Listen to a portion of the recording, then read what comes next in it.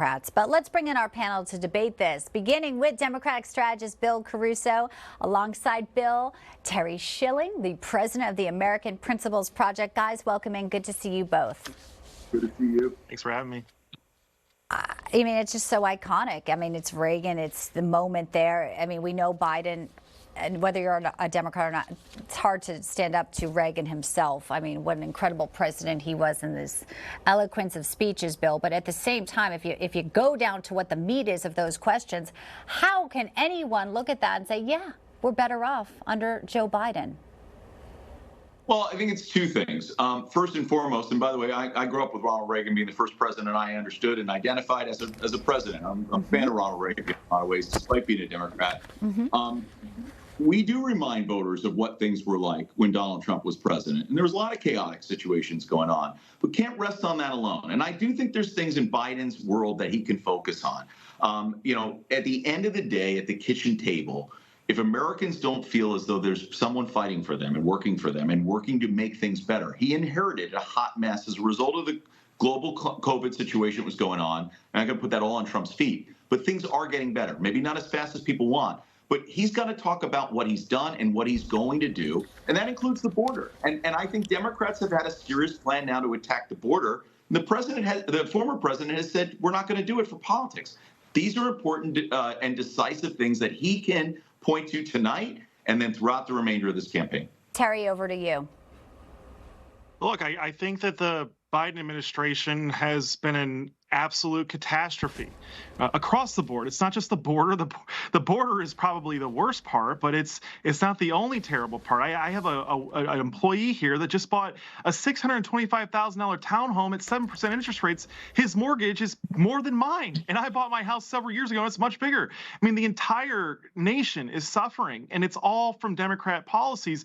The Trump administration, if you go back, the economy was so hot until the mass hysteria caused by Democrats within his administration, within government institutions.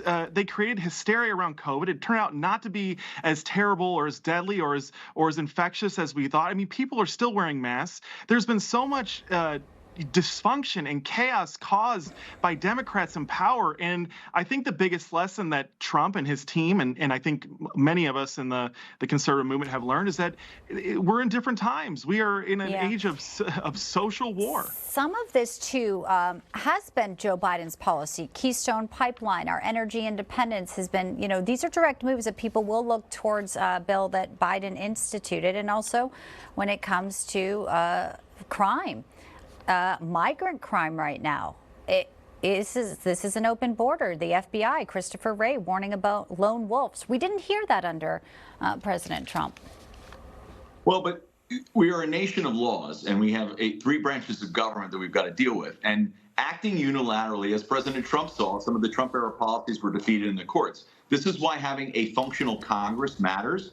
And, part of this is I don't like the blame game stuff. I don't think the American public wants the blame game, but there are clear differences right now. Is it blame or is it accountability for policies? It is accountability. Okay. It absolutely is. You have bipartisan reform, landmark bipartisan reform. We're on the doorstep. Republicans were pushing it, and we weren't able to get that done at the border. Now, I don't know sitting here pointing at who's wrong or who's right. The American public knows that we don't have that. Joe Biden's more than likely going to act now on his own through executive power, but that's not how this country should be run.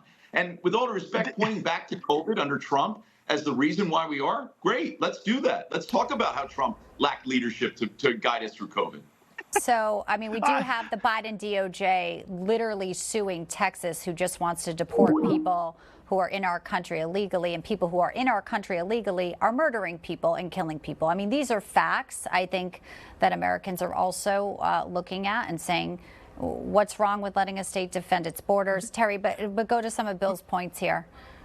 Well, Bianca, I just want to say we don't need to pass an immigration law or a new immigration bill in order to have the president enforce the current laws on the books, right? This has been suspicious from the beginning. This is all lies, and we are seeing lie after lie after lie being pushed on the American people. The New York Times had an article this weekend about how they're worried about people having collective amnesia. We're not suffering from collective amnesia. What we're suffering from is mass formation psychosis. in this country being instigated and pushed on us by the mainstream media.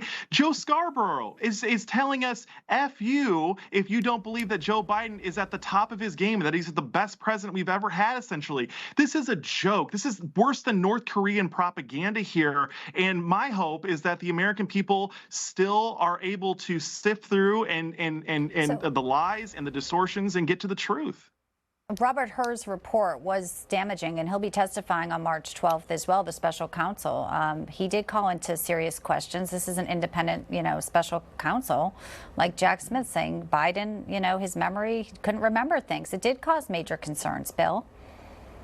Age is an issue. Age is an issue for both candidates, but the ability to run the free world, really, it's not just our nation, is what's going to be at stake. Joe Biden's got to show up and deal with that. But go back to this point. We can't fund additional border guards right now. Joe Biden can't do that. He can't print money on his own. This is where Congress needs to act. And there are issues right now under enforcement of current laws that have been challenged in the courts.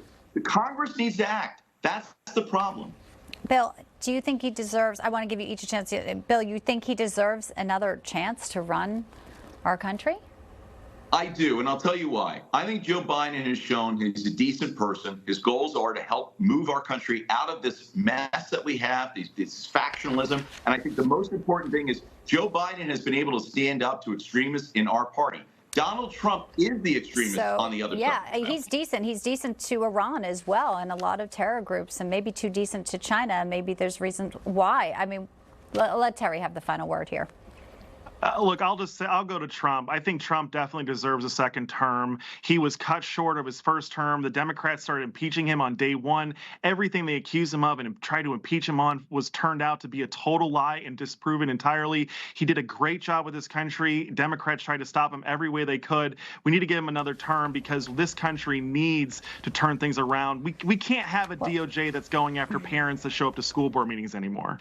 Let's come back and debate that. Great conversation. And we'll watch the State of the Union tonight, and we'll see how America responds, really, truly. That's democracy. They get to vote. Bill, Terry, appreciate it. Great conversation. Thanks so much. Thanks, Bianca.